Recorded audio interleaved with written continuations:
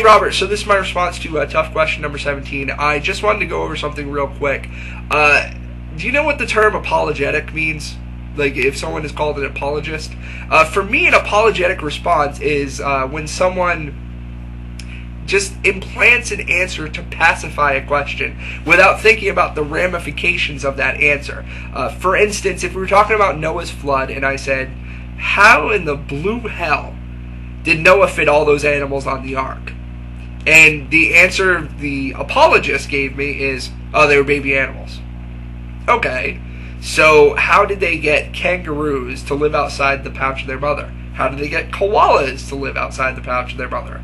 What about animals, something like an elephant, where as a baby they would only occupy a limited amount of space, but as they grew in the time of the ark, they would inhabit a size 3 times as large as that. Do other animals shrink in their old age? What about animals that don't have a lifespan that long? What happened in those cases?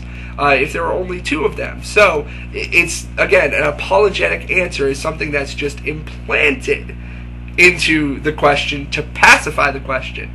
The question got into your head, well, baby animals, boom, there's the answer, forget about the rest. I know you've heard the term meditate on the scriptures, right? The Watchtower always was talking about don't just read the Bible, but read the Bible and meditate on it. Think about it. And I can tell you've done that.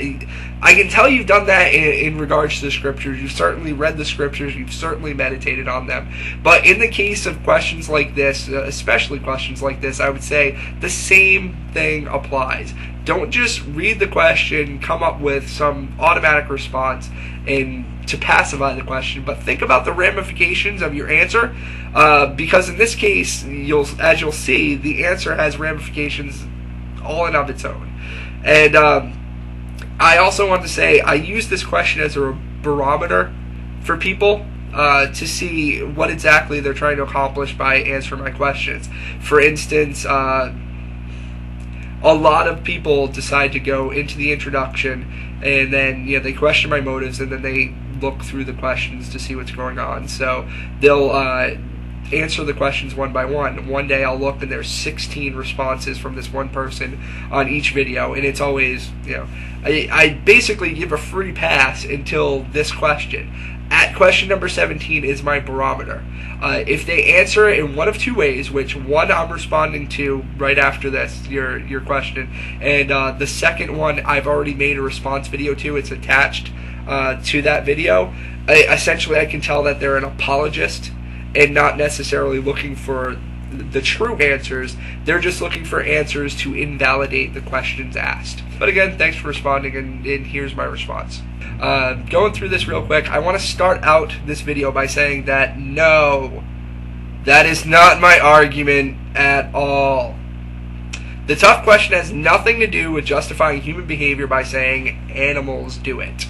The question is specifically, why does God condemn homosexuality in the Bible, yet have it running rampant in the animal kingdom?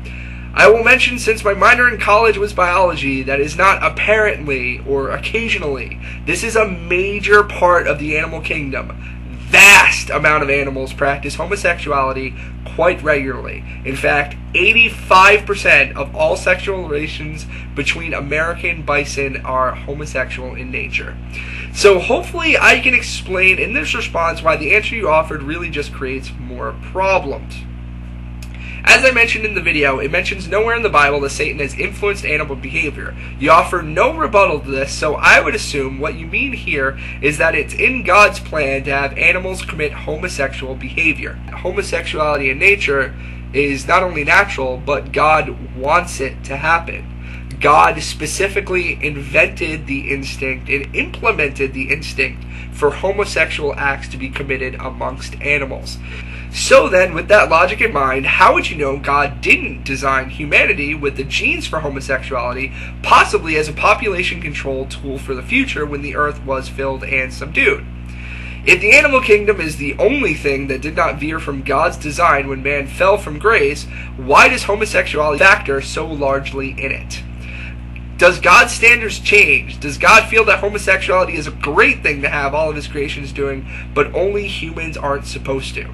I know the argument about God making man in his own image, and you say that we're closer to God than to animals. I guess if I could see a sample of God's DNA, we could compare and contrast.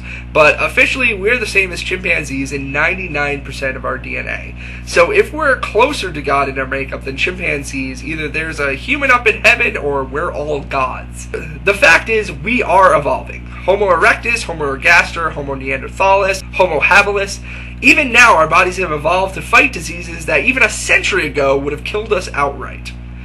In fact, right now, humankind is evolving to be immune to the AIDS virus. The idea that we're devolving into animals would be difficult to prove as our technology increases, even if you're using the strict idea of homosexuality is not nearly as accepted or as practiced as it was in the Grecian heyday, or even having a Roman emperor that was openly homosexual, having an open homosexual relationship. So, Robert, I've gotten this response probably 100 times, so maybe it's something in my question, or people are naturally picking out that straw man to argue against, because the actual answer would involve a lot of scientific research that they either don't have the knowledge to complete or the dedication to find. But the question has nothing to do with justification of behavior by looking into the animal kingdom. The question is everything to do with homosexuality being considered something against God's plan, as he says in the Bible, while it being in nature completely contradicts that argument. But Robert, I figured I'd give a response just to give you my thoughts on your response, to give you an idea of what I was talking about when when I mentioned this question. And hopefully, I'm hoping, when you're answering these questions, it's not just an apologetic mode where you're just implanting any answer to kind of pacify the question so that you can confirm your belief, that you're actually thinking about the answers and the ramifications of those answers. Because the ramifications of those answers is what led me to no longer believe in God.